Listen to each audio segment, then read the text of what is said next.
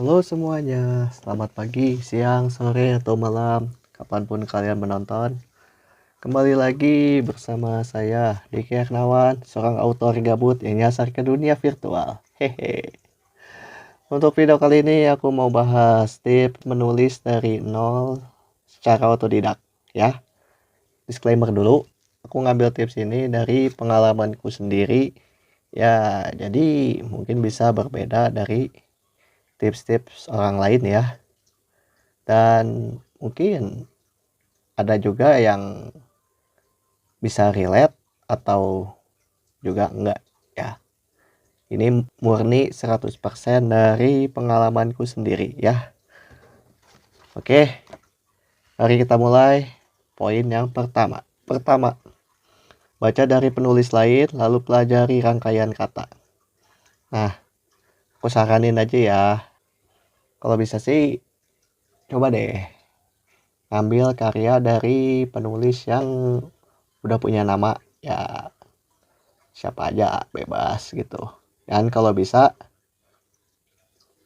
buku yang udah dalam bentuk fisik ya, artinya buku yang cetak gitu, biar apa, biar nanti enak kalau misalnya kalian lagi senggang nih, coba baca-baca, nggak ribet kayak harus buka aplikasi. Oh misalnya mau ceritanya di Wattpad ya, otomatis kan kita harus buka Wattpad juga kan. Nah kalau misalnya udah ada buku cetakan enak, tinggal ambil baca ya. Ya kita lanjut ke poin yang pertama ini. Nah pas kalian lagi baca, coba deh kalian lihat dulu gimana cara penulis itu merangkai dan menyusun kata demi kata, kalimat demi kalimat, paragraf menjadi satu bab yang utuh. Kayak misalnya ya, dari contohku ini, aku ngambil karya dari A.A. Nafis yang berjudul Robohnya Surau Ini. Mungkin kalau misalnya kalian punya idola masing-masing, ya gak apa-apa, bebas kok. Ya misalnya kalian suka misalnya Dewi D. Lestari gitu misalnya.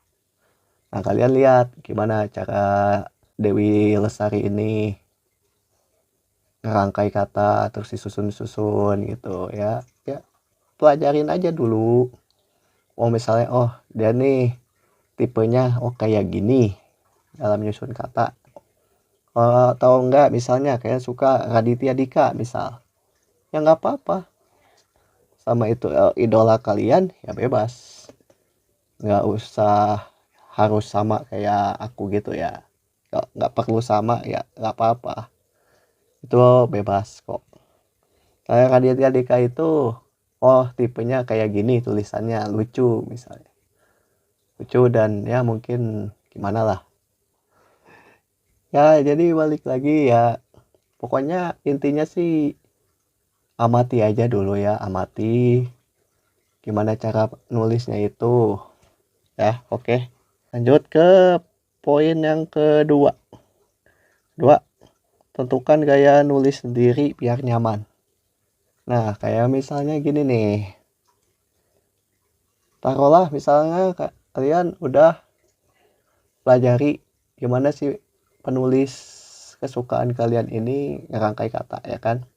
Kalian otomatis udah mikir, ini nulisnya kayak gini nih. Misalnya penulis ini tulisannya lebih ke direct ini, langsung. Ya nggak apa-apa. Kalau mau ikutin caranya dia silakan. Kalau mau misalnya nanti suatu saat, emang aku lebih suka ke tulisan dia kayak gini, tapi kayaknya harus ditambahin lagi nih, kayak cara si penulis yang lain misalnya. Nggak apa-apa. Oke, bebas. Istilahnya kalian boleh mungkin mengambil contoh dari seorang penulis yang udah terkenal, tapi ya nggak boleh niru 100% kayak dia. Ya misalnya kamu suka karya Dewi Lestari, tapi kamu benar-benar niru 100% tulisan dia. Nah, pokoknya intinya poin yang kedua ini modifikasi aja dulu ya, biar kalian nyaman aja dulu dengan tulisan kalian sendiri ya. Gak perlu kalian membuang identitas aslimu demi sama tulisannya dengan idolamu itu. Gak perlu. Be yourself aja ya. Be yourself. Jadi diri sendiri. Itu lebih baik. Oke. Nah terus untuk poin yang ketiga, jangan takut kalau tulisanmu masih jelek. Ini paling relate sih. Relate banget dari awal-awal banget aku nulis. Ya mungkin agak sedikit curhat aja ya. Ya jujur aja awal-awal aku nulis ya berantakan. Nggak munafik, aku juga dulu tulisanku pernah jelek, pernah acak-acakan, masih banyak pengulangan kata, terus nyusun katanya ya mungkin kadang terlalu pendek, kadang terlalu kepanjangan, kayak terlalu bertele-tele. Ya emang wajar, namanya kita baru belajar ya, belajar sendiri ini. Ibaratnya itu kita itu benar-benar belajar dari keinginan kita sendiri, bukan diajarin sama orang, soalnya ya itu beda ya. Ya tapi alhamdulillahnya ya sekarang ya tulisanku meskipun ya mungkin masih banyak kekurangan, tapi ya seenggaknya nggak separah-parah dulu ya, aku bisa nerima lah ya. Mungkin anggap aja itu sebagai bahan pembelajaran aja. Karena apa? Kuncinya itu satu, konsisten. Kan konsisten aja dulu nulis, biarin jelek juga nggak apa-apa ya. Baru awal-awal ya nggak apa-apa, kok jelek ya nggak apa-apa, hasilnya jelek oke. Kalian hargai aja dulu hasil karya kalian saat ini yang udah kalian buat. Gak apa-apa jelek, gak apa-apa hasilnya itu belum sebagus penulis-penulis lain, it's okay. Jangan berkecil hati dulu ya, tetap semangat. Soalnya ada pepatah yang bilang alam terbentang jadi guru ya, itu yang harus digarisbawahi. Alam terbentang jadi guru, jadi dunia ini luas, kalian bisa mengeksplorasi mungkin dari penulis-penulis yang lain yang mungkin masih sama-sama baru merintis juga, boleh. Nah, misalnya ya, kamu misalnya posting nih karya kamu itu yang pertama ini, misalnya taruhlah di Wattpad misal ya, maaf ambil merek gitu ya, maaf. Misalnya kamu upload ke Wattpad, jangan tulisan kamu yang masih acak-acakan itu, ya nggak apa-apa, it's okay, pede aja dulu. Nah misalnya nih ada yang komen, apaan tulisan sampah gini, apaan tulisan ancur gini, ogah deh gue baca, najis misalnya, najis gue baca kayak gini, apaan tulisannya jelek gini. Oke, nggak apa-apa, jangan didengerin, jangan dimasukin ke hati ya. Aku dengar ya, aku ulang sekali lagi ya, jangan dimasukin ke hati. Karena apa? Orang-orang yang mental yang kayak gini, yang cuma bisa ngehina, ngehujat kalian, tapi gak ngasih kritik yang membangun, lupain. Anggap aja kayak kentut lah gitu, kentut pes atau bread dan hasil dan bau nyengat, ya udah tutup hidung aja, itu aja solusinya. Gimana sih, kayak kritik pembenci itu ya anggap aja kentut, bau emang bau nyengat, tapi solusinya apa? Tutup hidung kan. Nah ya gitu aja. Kalau misalnya nih ada yang kritik, wah wah semangat ya kak, kalau bisa ini tulisannya dibenerin lagi, misalnya kayak oh ini pengulangan katanya terlalu sering, oh ini tulisannya terlalu bertele-tele kak. Nah kalau ada yang komen kayak gini, nah ini nih, kalian wajib deketin orang yang kayak gini. It's okay, nggak apa-apa, minta belajar dari dia.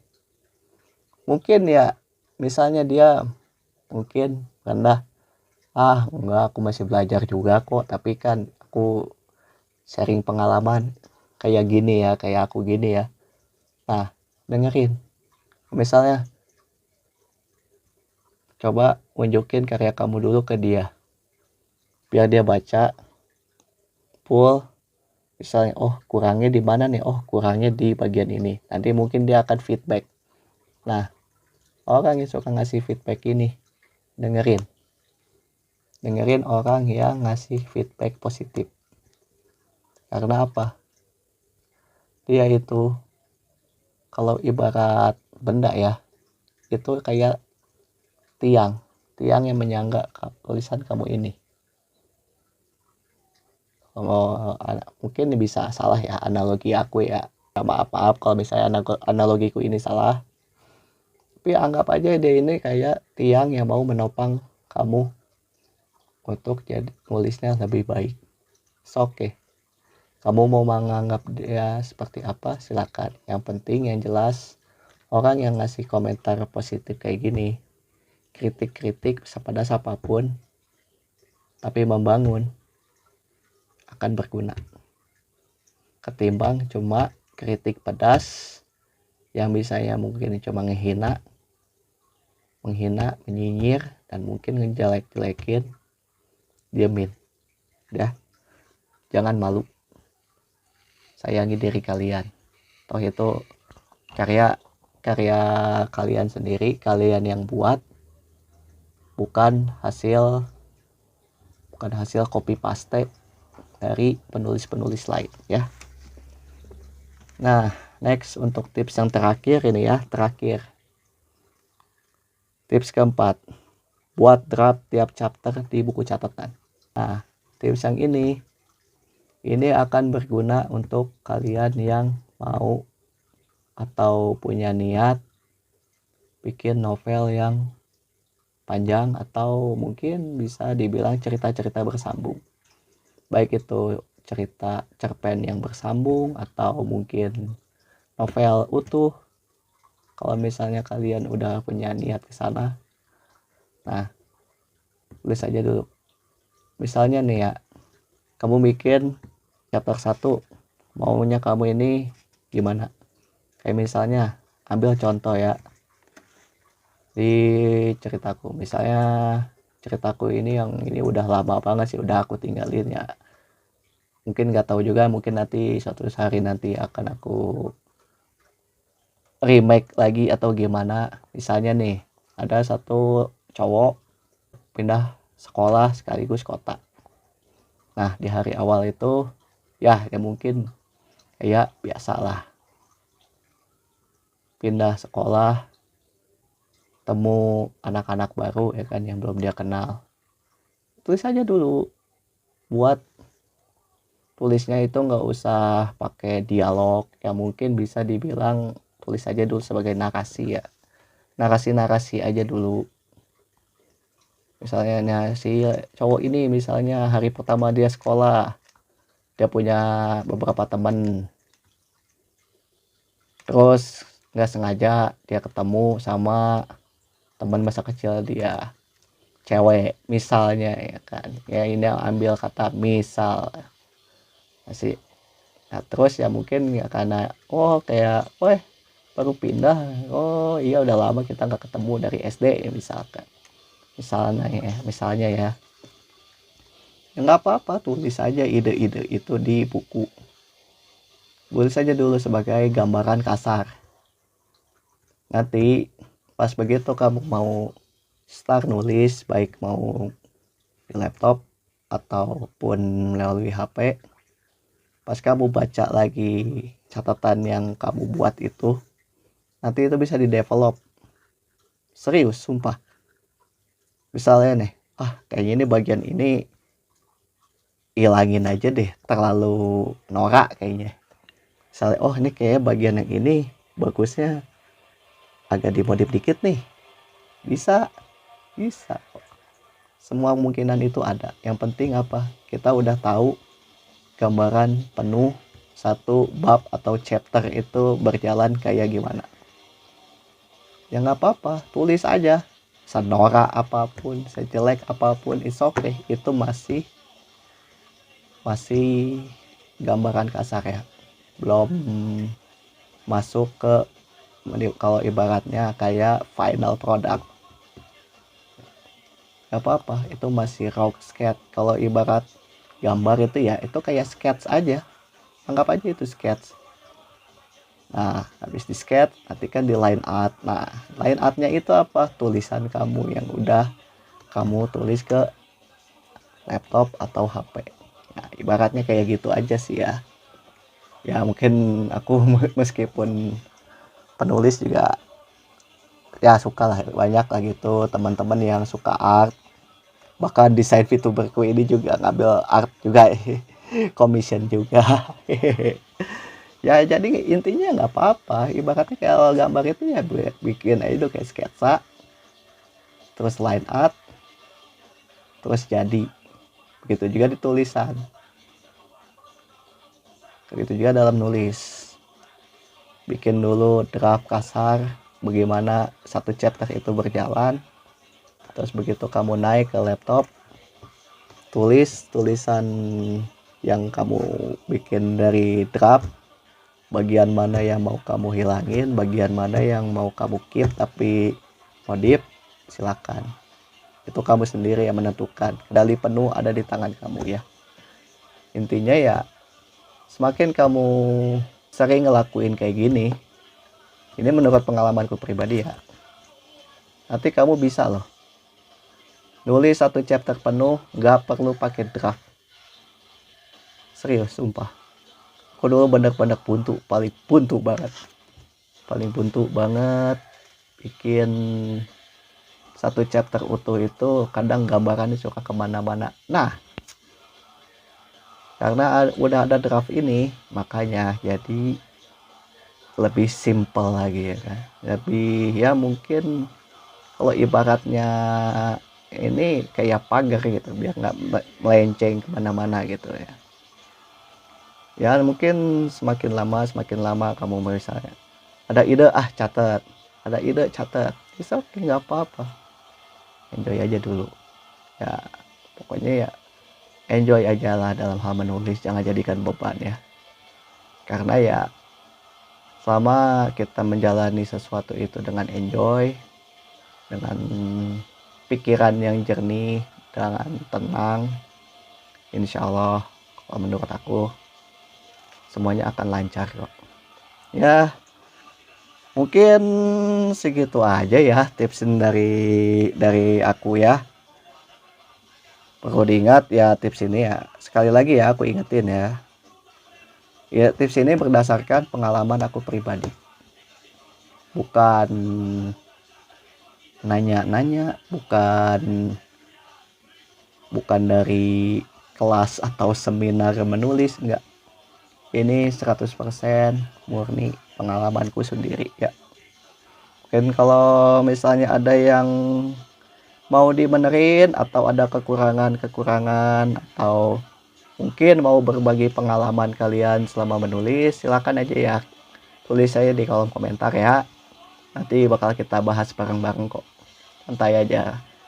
Aku selalu terbuka kok kalau kita bahas hal yang positif. Oke. Aku akan terima dengan tangan terbuka ya.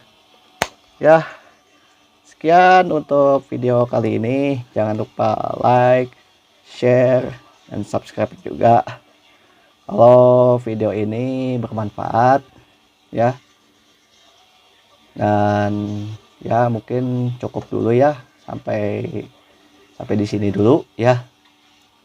Pokoknya ya anyway, sampai bertemu lagi di video selanjutnya. Ya, bye bye, dadah. Terima kasih.